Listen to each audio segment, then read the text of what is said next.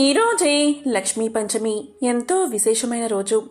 ప్రతి సంవత్సరం చైత్ర మాసంలోని 5వ రోజున మహాలక్ష్మిని పూజించడం ఆనవాయితీగా వస్తున్న ఆచారం. అందుకే ఈ పంచమిని లక్ష్మీ పంచమి అని పిలుస్తారు. దీనిని వసంత పంచమి అని కూడా అంటారు. మరి ఈరోజు తప్పకుండా వినాల్సిన కథ ఏంటో ఇప్పుడు తెలుసుకుందాం. ఒకసారి దూర్వాస మహాముని స్వర్గానికి చేరుకుంటాడు. ఆ సమయంలో ఐరావతం మీద ఇంద్రుడు నందనవనంలో విహరిస్తూ ఉంటాడు. దూర్వాస మహాముని రావడాన్ని ఇంద్రుడు గుర్తించడు. దీనితో మండిపడిన దూర్వాసుడు, నీకు ఇంద్ర పదవి నుంచి పతనం ప్రాప్తించుగాక, నీ సమస్త ఐశ్వర్యం సముద్రంలో కలిసిపోగాక అని శపిస్తాడు ఇంద్రుణ్ణి. ఇక దూర్వాస మహాముని ఇంద్రుణ్ణి శపించిన తర్వాత రాక్షసులు స్వర్గంపైకి దండెత్తి స్వర్గాన్ని స్వాధీనం చేసుకుంటారు. దూర్వాస మహాముని శాపం ప్రకారం ఇంద్రుడి ఐశ్వర్యమంతా ఆయనకి దూరమవుతుంది. దీంతో ఇంద్రుడు బ్రహ్మ విష్ణువులకు తన బాధను మొరపెట్టుకోగా సముద్రాన్ని మదించడమే తరుణోపాయమని చెబుతాడు మహావిష్ణువు. ఆ తరువాత అమృతం కోసం క్షీరసాగరాన్ని మదిస్తున్న సమయంలో కల్పవృక్షం కామధేనువుతో పాటు లక్ష్మీదేవి ఉద్భవించి మహావిష్ణువును వరిస్తుంది. ఇది చాలామందికి తెలిసిన కథ. ఇక లక్ష్మీదేవి భృగు మహర్షి కుమార్తెగా జన్మిస్తుంది. ఎందుకంటే భృగు మహర్షి భార్య ఖ్యాతి పుత్రికా సంతానం కావాలని ఆశపడుతుంది. ఆ కోరిక నెరవేరేందుకు జగన్మాత అనుగ్రహం కోసం తపస్సు చేస్తుంది. జగన్మాత అనుగ్రహం మేరకు అష్టైశ్వర్యాలను ప్రసాదించే లక్ష్మీదేవి ఆమెకు కూతురిగా జన్మిస్తుంది. భృగు మహర్షి కుమార్తె కనుక ఆమెను భార్గవి అని పిలుస్తారు. మరొక విశేషమైన కథను ఇప్పుడు తెలుసుకుందాం. ఒక రాజుగారి వద్ద ప్రధాన అమాత్యుడు ఉండేవాడు. ఆయనకు లక్ష్మీదేవిని ప్రత్యక్షం చేసుకోవాలి అనే గాఢమైన కోరిక ఉండేది. అందుకోసం ఆయన ఎన్నో జపాలు తపాలు చేశాడు. లక్ష్మీ సహస్రనామాలు 100 సార్లు జపించాడు. అయినా లక్ష్మీదేవి ప్రత్యక్షం కాలేదు. విసుగెత్తేదాకా లక్ష్మీ పూజ చేశాడు అతను. అయినా అమ్మ కటాక్షించలేదు. కాలక్రమాన ఆయనకు ఐహిక సుఖాల మీదనే విరక్తి కలిగింది. లక్ష్మిని ప్రత్యక్షం చేసుకోగలను అన్న నమ్మకం కూడా పోయింది.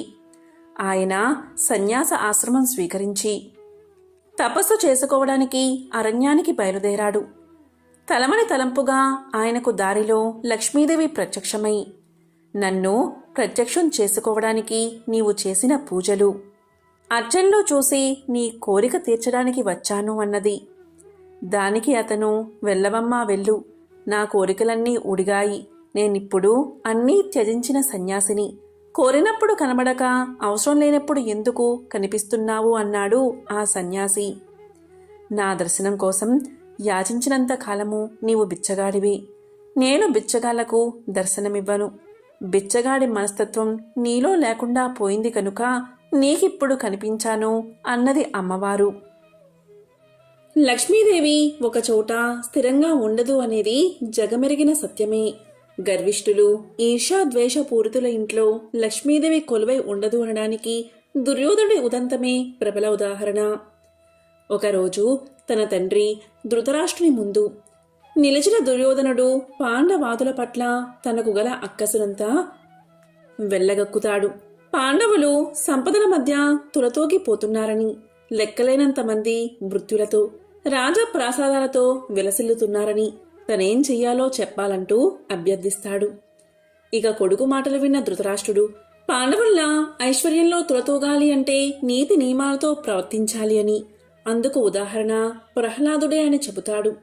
అవును, ప్రహ్లాదుడు రాక్షసుల మధ్య జన్మించినప్పటికీ అతను నడిచిన బాట నైతిక ప్రవర్తనతో కూడినదే.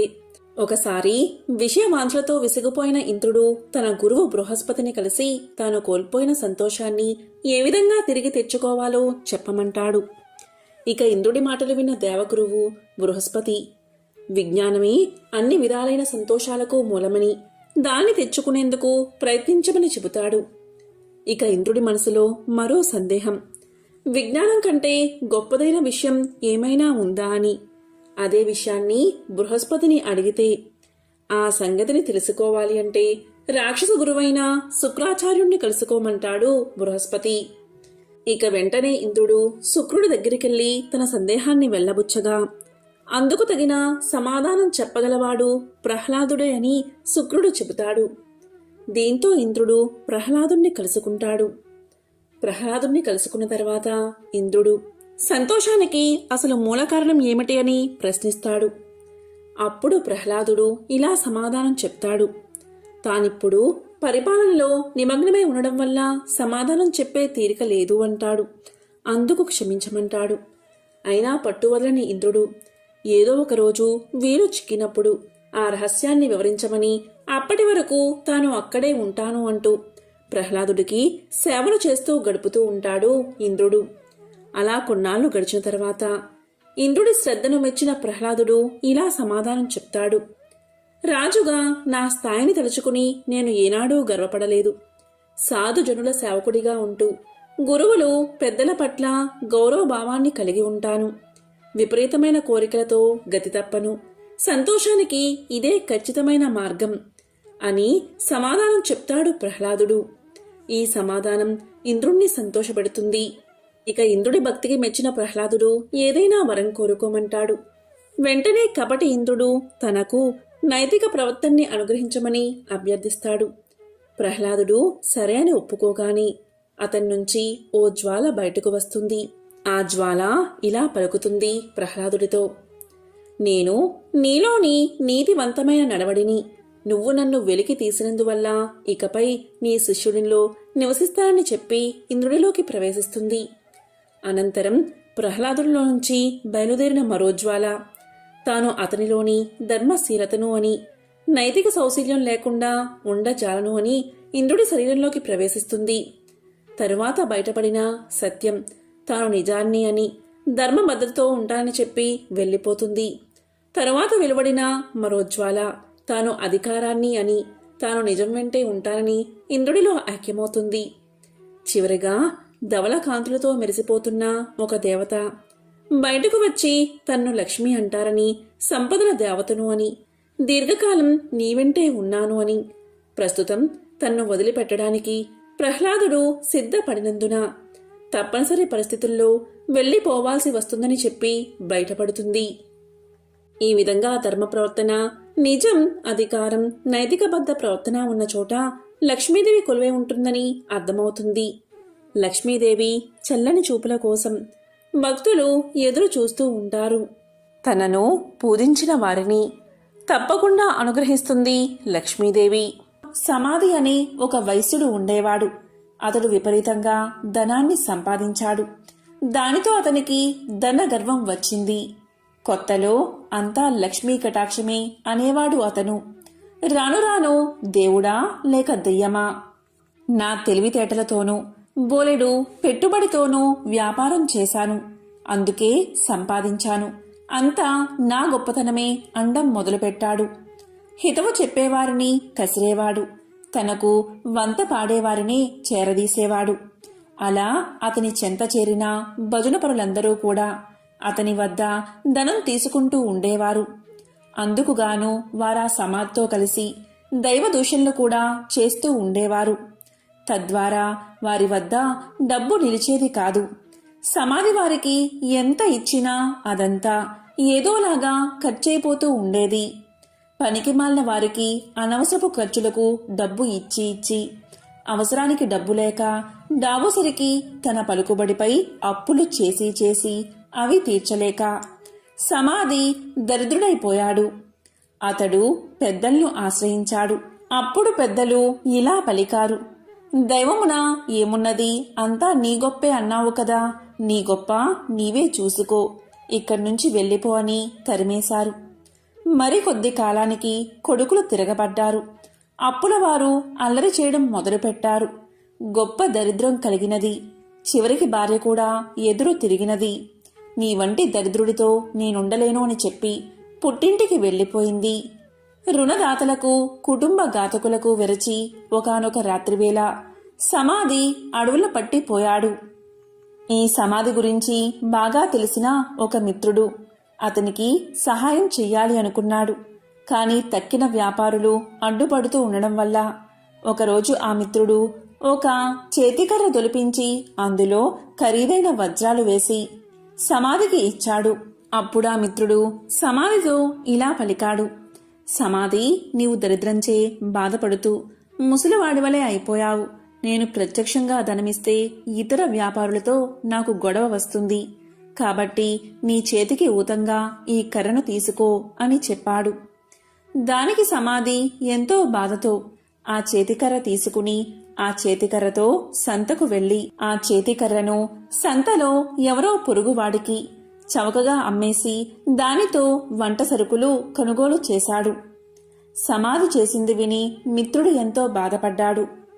సమాధి యొక్క దరిద్రావస్థను ఎలాగైనా తప్పించాలని ఆ మిత్రుడు మరొకసారి సమాధిని పిలిచి ఇలా పలికాడు: సమాధి, ఈ గుమ్మడికాయ తీసుకో అని ఒక గుమ్మడికాయ ఇచ్చాడు. దాని నిండుగా బంగారు కాసులు పోసి ఇచ్చాడు. ఇంటికి వెళ్లి దాన్ని పగలగొడితే ధనం కనిపిస్తుంది కదా అని ఆ మిత్రుడి ఆలోచన. కాని సమాధి ఆ గుమ్మడికాయను వేరొక కూరగాయల వ్యాపారికి అమ్మేసి ఆ చిల్లరతోని ఇంటికి వెళ్లిపోయాడు. మిత్రుడు సహకరించిన ఆ సహాయం పొందక దరిద్రబాధలు భరించలేక సమాధి ఒకరోజు అడవులకు పోవడానికి నిశ్చయించుకున్నాడు. ఇది తెలిసిన అతని మిత్రుడు మార్గమధ్యలో మోహరీలు గుట్ట పోయించాడు. కాని సమాధి ఆ దారికి రాగానే ధనలక్ష్మి కళ్ళలో పడినది.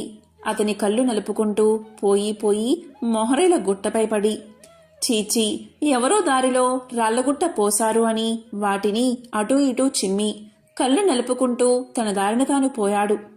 అంతా మిత్రునికి చూపి, చూసారా, ధనలక్ష్మి యొక్క అనుగ్రహం తప్పితే ఎలా అవుతుందో, మనమెంత మంచి చేసినా వంచింపబడుచూ ఉంటాడు అని చెప్పాడు. తరువాత సమాధి అడవులకు చేరుకుని తన కష్టాలకై ఏడుస్తూ ఉండగా ఒకానొక ముని అతన్ని చూసి అతని దీనకథను విని ఇలా పలికాడు: సమాధి, కేవలం ధనలక్ష్మిని తూలనాడి ఆమె పూజకు ఆటంకం కలిగించడం వల్లే నీకీ కష్టం కలిగినది. ఇంతకు మించి మరొకటి లేదు. నా మాట విని ధనలక్ష్మీదేవిని పూజించు. ధనం నీకు సమకూరుతుంది. ఆమె బీజమునే జపించు అని పలికి మంత్ర బీజాన్ని చెప్పి జప విధానం చెప్పి మహర్షి వెళ్లిపోయాడు.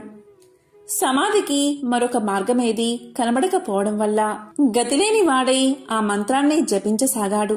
అలా చెయ్యగా ఒకనాడు అతని భార్య ఆ అడవిలోనే తారసపడినది. పెళ్లి చేశాక భర్త సజీవుడై ఉండగా ఆడది పుట్టింట ఉండరాదు. కష్టమో సుఖమో భర్తతోటే లోకం పొమ్మని ఆమె పుట్టింటివారు తరిమేశారని చెప్పింది. ఆమె తనతో తెచ్చిన స్వల్ప ధనాన్ని సమాధికి ఇచ్చి క్షమించమని కోరింది. అతి త్వరలో దీపావళి రాబోవుచుండడిచే సమాధి ఆదనంతో నగరానికి వెళ్లి తగు సామాగ్రలు కొని అదేవిధంగా పురోహితుడికి క్షమాపణ చెప్పుకుని తనతో పాటు అడవులకు తీసుకువచ్చాడు. దీపావళి రాత్రి యథావిధిగా యథాశక్తిగా ధనలక్ష్మీ పూజను చేసుకున్నాడు సమాధి. దానితో సంతృప్తిగా శాంతించిన ధనలక్ష్మి సమాధిని అనుగ్రహించింది. దాంతో పురోహితుడు ఊరిలోనికి పోయి సమాధి ఉనికిని, అతనిలోని మార్పును అందరికీ తెలియచేశాడు. సమాధి మిత్రుడు అలాగే విప్రుడు కూడా దీన్ని సమర్థించారు. అవును, అమ్మవారిని కించపరచడం వల్లే అతనికి ఇటువంటి గతి పట్టింది కాని సమాధి చెడ్డవాడు కాడు అని మరీ చెప్పగా ఇతర వ్యాపారులు కూడా ఆలోచించి సమాధిని తిరిగి ఊరిలోకి పిలిచారు. మిత్రులు ఇచ్చిన పెట్టుబడితో సమాధి మరలా వ్యాపారాన్ని ప్రారంభించి నిత్యము ధనలక్ష్మీదేవిని పూజిస్తూ ఆ తల్లి అనుగ్రహం వల్ల అతని వ్యాపారం అభివృద్ధి చెందడం వల్ల తిరిగి కోటీశ్వరుడుగా మారి సకల సౌభాగ్యాలతో తులతూగుతూ ఉన్నాడు. కాబట్టి ఎవరైతే ప్రతి గురు శుక్రవార రోజుల్లోనూ అష్టమి, నవమి, దశమి, పౌర్ణమి తిథులయందు ఆ అమ్మవారిని పూజించి ఈ కథను వింటే ధనలక్ష్మీదేవి యొక్క అనుగ్రహానికి పాత్రులు అవుతారు. ఈ కథ విన్నా చదివినా సర్వశుభాలు చేకూరతాయి. ఇదే ధనలక్ష్మీదేవి యొక్క కథ. త్రిలోక సంచారి అయిన నారద మునికి ప్రతిదీ తెలుసుకోవాలని ఆతృత ఉంటుంది. ఇది మనందరికీ తెలిసిన విషయమే. అదేవిధంగా నారదముని ఒకసారి ఆతృతగా లక్ష్మీదేవిని ఇలా అడుగుతాడు: అమ్మా లక్ష్మీదేవి, మీరెప్పుడూ కూడా విష్ణుమూర్తి పాదాలను ఎందుకు నొక్కుతారు అని అడుగుతాడు. దానికి లక్ష్మీదేవి ఇలా సమాధానం చెప్తుంది. మానవుల నుండి భగవంతుడి వరకు గ్రహాలన్నీ తన్ను ప్రభావితం చేస్తాయని లక్ష్మీదేవి సమాధానం చెప్తుంది. ఈ గ్రహాల చెడు ప్రభావం శ్రీహరి పాదాలను నొక్కడం ద్వారా ముగుస్తుంది. కాబట్టి ఆమె తన శ్రీహరి పాదాలను నొక్కుతుంది అని సమాధానం చెప్తుంది. ఒక మహిళ చేతిలో దేవతల సర్వోన్నతుడైన బృహస్పతి నివసిస్తాడు. రాక్షసుల గురువు శుక్రాచార్యుడు మనుషుల పాదాలలో నివాసముంటాడు. భార్య తన భర్త పాదాలను నొక్కినప్పుడు గ్రహాల యొక్క చెడు ప్రభావాలను నివారించడంతో పాటు సంపద కూడా వృద్ధి అవుతుందని లక్ష్మీదేవి విష్ణువు పాదాలను నొక్కడానికి కారణమని ఆమె ఎంతో సులువుగా నారదుడికి సమాధానం చెప్తుంది. లక్ష్మీదేవి ఐశ్వర్యానికి దేవత, జ్యేష్ఠాదేవి దారిద్ర్య దేవత. ఒకసారి వీరిద్దరికీ ఒక చిన్న అనుమానం వచ్చింది. ఆ అనుమానం ఏంటి అంటే తమలో ఎవరు చాలా అందంగా ఉన్నారో అని. ఈ విషయమై వీరిద్దరూ వాదించుకుంటూ ఉండగా వారికి ఎదురుగా ఒక వ్యాపారి వస్తువు కనిపించాడు. ఇక వాదించడం ఆపేసి ఆ వ్యాపారిని అడిగి నిజం తెలుసుకోవాలి అనుకున్నారు అక్కా చెల్లెళ్ళు. అలా అనుకున్నదే తడువుగా జ్యేష్ఠాదేవి లక్ష్మీదేవిలు అతడి ముందుకు వెళ్లి నిల్చున్నారు. తామిద్దరం ఎవరమో కూడా అతడికి వివరించి చెప్పారు. ఐశ్వర్య దేవత లక్ష్మీదేవి, దారిద్ర్య దేవత జ్యేష్ఠాదేవి ఇద్దరూ ప్రత్యక్షమై కనిపించి అలా అడిగేసరికి ఆ వ్యాపారికి నోట మాట రాలేదు. ఇద్దరూ ఒకేసారి కనిపించినందుకు సంతోషించాలో లేక బాధపడాలో కూడా అతనికి అర్థం కాలేదు. విషయమంతా విన్నా ఆ వ్యాపారి భయంతో వణికిపోయాడు. ఇద్దరిలోనూ లక్ష్మీదేవే అందమైనదని అతనికి తెలుసు. అయితే నిజాన్ని చెబితే జ్యేష్ఠాదేవికి కోపం వస్తుంది. ఆమెకు కోపం వస్తే తనను ఇంకా పేదవాడిని చేస్తుందని తెలుసు. ఇక లక్ష్మీదేవి అందంగా లేదని చెబితే ఆమెకు కోపం వస్తుంది. ఆమెకు కోపం వస్తే తనకున్న ఈ మాత్రం సంపదను కూడా లేకుండా చేసేస్తుంది. ఏం చేసేది భగవంతుడా అంటూ తలపట్టుకున్నాడు. ఇంతలో ఆ వ్యాపారికి ఒక మెరుపులాంటి ఆలోచన వచ్చింది. ఏదైతే అది అయిందని మనసుకు సర్ది చెప్పుకున్న ఆ వ్యాపారి ఆ దేవతలిద్దరికీ నమస్కారం చేశాడు. వెంటనే ఆ వ్యాపారి ఇలా చెప్పాడు. అమ్మా, ఓ మహాలక్ష్మి, నువ్వు ఇంట్లోకి వస్తున్నప్పుడు నీ అంత అందమైన స్త్రీ భూలోకంలో కాని స్వర్గలోకంలో కాని ఎవరూ ఉండరు అని చెప్పాడు. అలాగే జ్యేష్ఠాదేవి వైపు చూసి, అమ్మా, ఓ జ్యేష్ఠాదేవి, నువ్వు ఇంటి నుంచి బయటకు వెళ్తుంటే నీ అందం సొగసు వర్ణించేందుకు మాటలు చాలవు. ఆ సమయంలో నీ అందాన్ని ఎవరితోనూ పోల్చలేము అని సమాధానం చెప్పాడు. ఆ వ్యాపారి ఎవరి మనసులో నొప్పించిన విధంగా చెప్పిన తీరు జ్యేష్ఠాదేవి లక్ష్మీదేవులను సంతృప్తిపరిచింది. అతడు ఇద్దరిని విజేతలుగా నిర్ణయించాడని వారిద్దరూ అర్థం చేసుకున్నారు. దాంతో ఇద్దరూ అతడి నిర్ణయానికి సంతోషపడుతూ అక్కడ్నుంచి మాయమయ్యారు. ఇక్కడ అర్థం చేసుకోవాల్సింది ఏంటి అంటే జ్యేష్ఠాదేవి లక్ష్మీదేవులు ఎవరికి వారు విజేతలమని అనుకుంటూ వెళ్లారే కాని నిజానికి నిజమైన విజేత ఆ వ్యాపారే. ఎందుకంటే అతడు ఐశ్వర్య దేవత అయిన లక్ష్మీదేవి అభిమానాన్ని పొందడమే కాదు, లక్ష్మీదేవి బద్ధ శత్రువైన జ్యేష్ఠాదేవిని సైతం సంతృప్తిపరిచాడు. కాబట్టి నిజమైన విజేత ఆ వ్యాపారే. లక్ష్మీదేవి అదృష్టానికి శుభానికి సంకేతం. అయితే జ్యేష్ఠాదేవి దరిద్రానికి సంకేతం. పురాణాల ప్రకారం లక్ష్మీదేవి జ్యేష్ఠాదేవులు ఎవరు ఎక్కడ ఉండాలి అనే విషయం గురించి చర్చలు మొదలవుతాయి. ఈ క్రమంలోనే లక్ష్మీదేవి వెళ్లి సముద్ర గర్భంలో దాక్కుంటుంది. సముద్ర గర్భం నుంచి తను బయటికి రావాలని జ్యేష్ఠాదేవి కోరడంతో తాను బయటకు వచ్చి ఏ ప్రదేశంలో కొలువై ఉండాలో తెలియచేస్తుంది. ఈ విధంగా సముద్ర గర్భం నుంచి బయటకు వచ్చిన లక్ష్మీదేవి తాను పసుపు కుంకుమల్లో కొలువై ఉంటానని చెప్తుంది. అందుకే ఏదైనా శుభకార్యాలలో పసుపు కుంకుమలకు అంత ప్రాధాన్యత ఇస్తాము. పెళ్లి పత్రికలకు కూడా పసుపు కుంకుమ రాయడం వల్ల సాక్షాత్తు లక్ష్మీదేవిని ఆహ్వానించినట్లు. ఇలా పసుపు కుంకుమ రాయడం వల్ల ఆ పెళ్లిలో ఎలాంటి ఆటంకాలు లేకుండా లక్ష్మీదేవి కృప నూతన వధూవరులపై ఉంటుందని భావిస్తారు. అందుకే వివాహ ఆహ్వాన పత్రికలకు పసుపు కుంకుమలు రాస్తారని పురాణాలు చెబుతున్నాయి. మనం లక్ష్మీదేవి చిత్రపటాన్ని చూసినప్పుడు ఆమెకు గుడ్లగూప వాహనంగా ఉండడాన్ని చూస్తూ ఉంటాం. లక్ష్మీదేవికి గుడ్లగూప ఎలా వాహనమైనది అనే ప్రశ్న మనల్ని పట్టి పీడిస్తుంది. దానికి సమాధానం ఇప్పుడు తెలుసుకుందాం. ఒకప్పుడు కౌశికుడు అని ఒక గొప్ప విష్ణు భక్తుడు ఉండేవాడు. అతడు గొప్ప సంగీత విద్వాంసుడు. సుమధురమైన తన గాన మాధుర్యంతో మహావిష్ణువుని ప్రసన్నం చేసుకున్నాడు. స్థూల శరీరాన్ని విడిచిన తర్వాత విష్ణు లోకాన్ని చేరుకున్నాడు. శ్రీహరి తన ప్రియభక్తుణ్ణి స్వాగతించి అతని గౌరవార్థం అంతరంగిక సంగీత సభ ఒకటి ఏర్పాటు చేశాడు. ఆ సభలో దేవర్షి నారదుడికి ప్రవేశం లభించలేదు. తుంబురుడికి సకల మర్యాదలతో స్వాగతం చెప్పారు.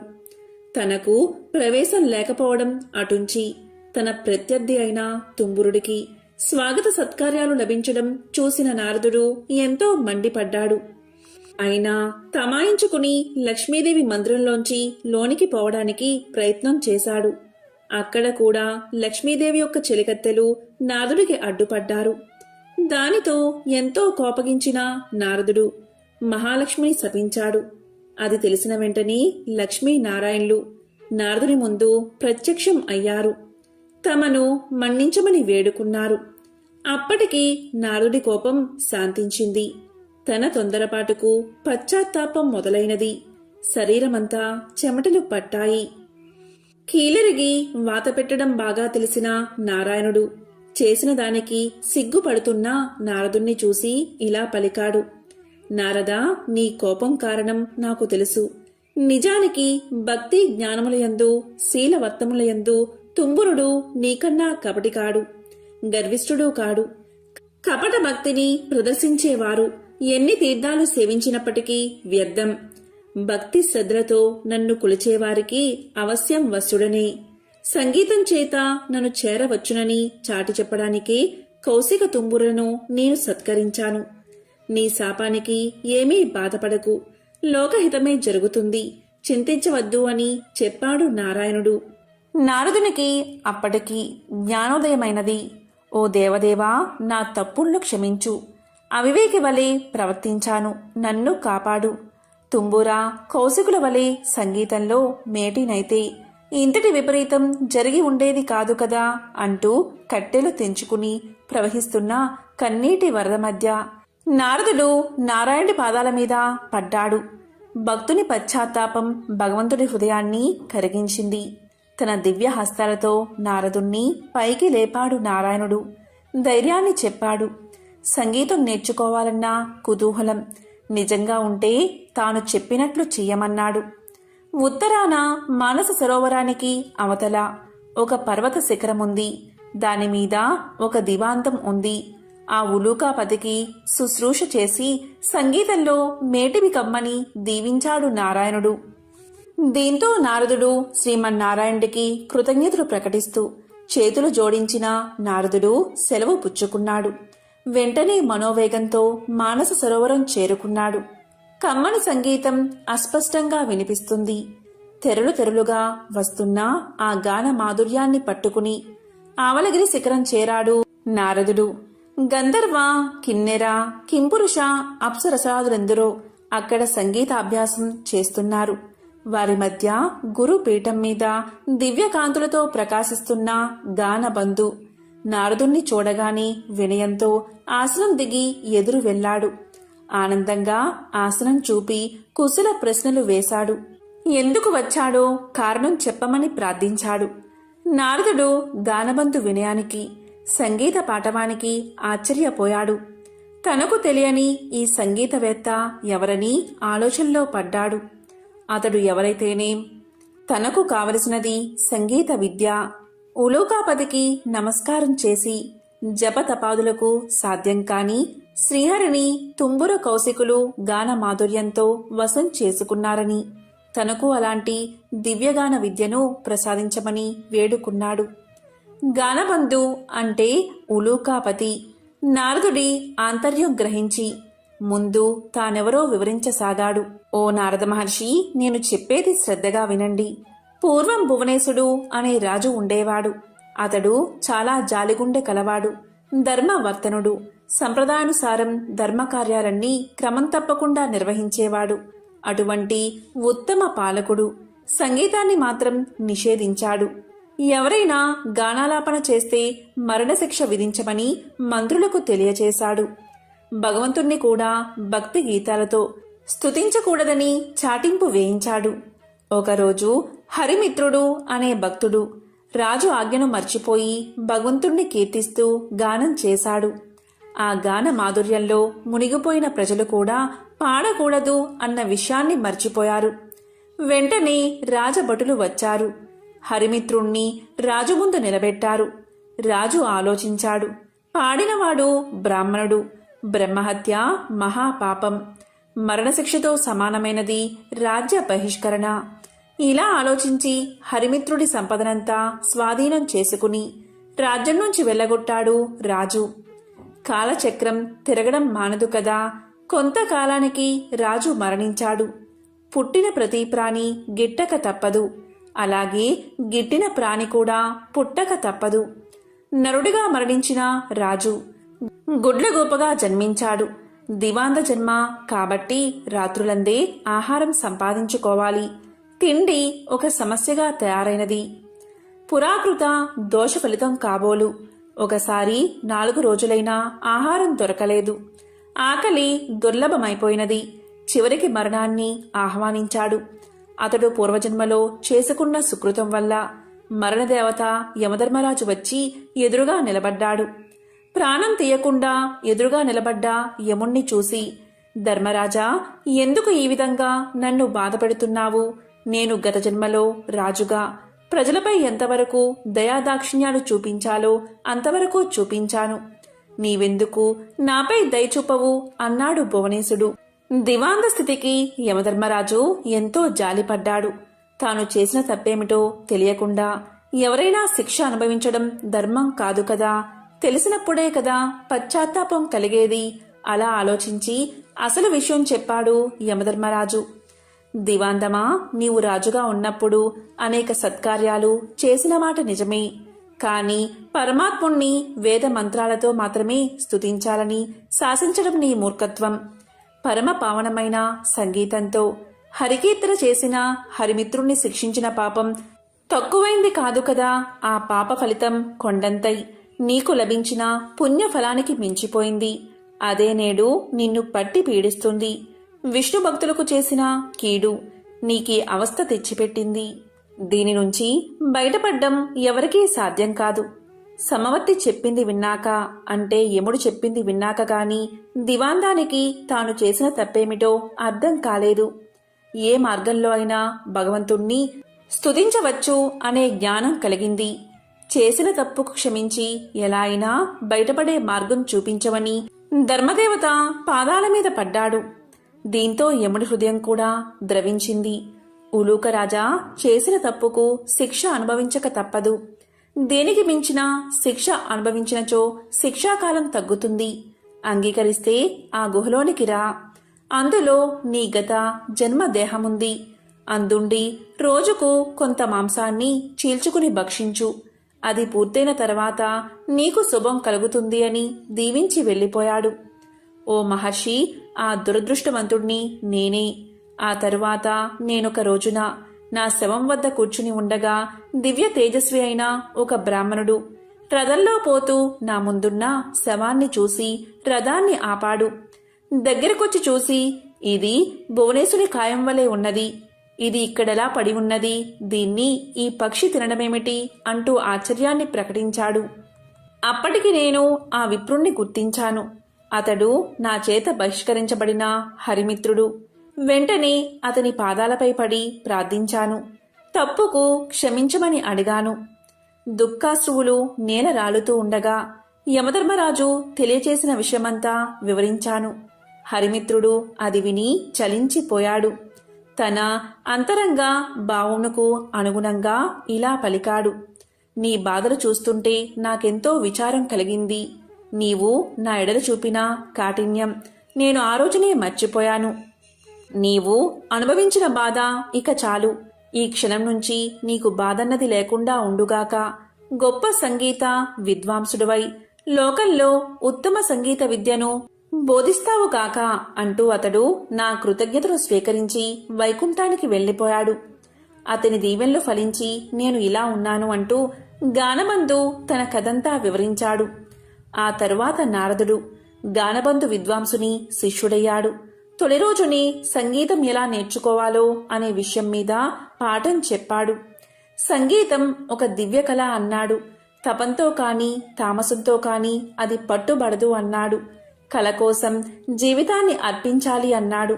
కష్టపడి నిరంతరం సాధన చేస్తే ఎవరైనా అపురూపమైన ఈ కళలో ఆధిక్యం సాధించవచ్చు అన్నాడు. గౌరవభావం మొహంలో ఉట్టిపడుతూ ఉండగా వినయంగా తలవంచుకుని ఆలకించాడు నారదుడు. ఆ సాధన అలా 1000 ఏళ్లు గడిచాయి.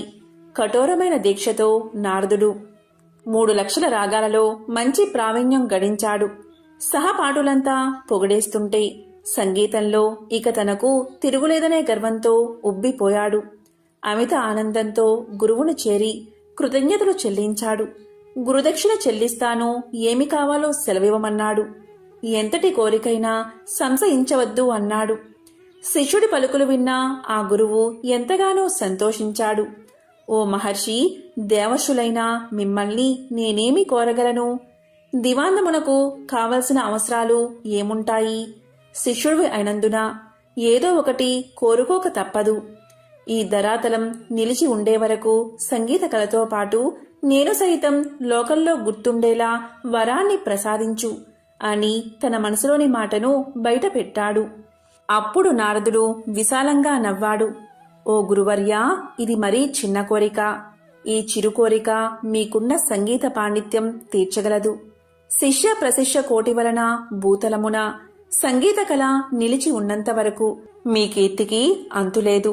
మీరు చేసిన ఈ మహోపకారానికి గురు దక్షిణిగా లక్ష్మీనారాయణల కటాక్షం, వారి సేవా భాగ్యాన్ని, శాశ్వత సన్నిధానమును ప్రసాదిస్తున్నాను.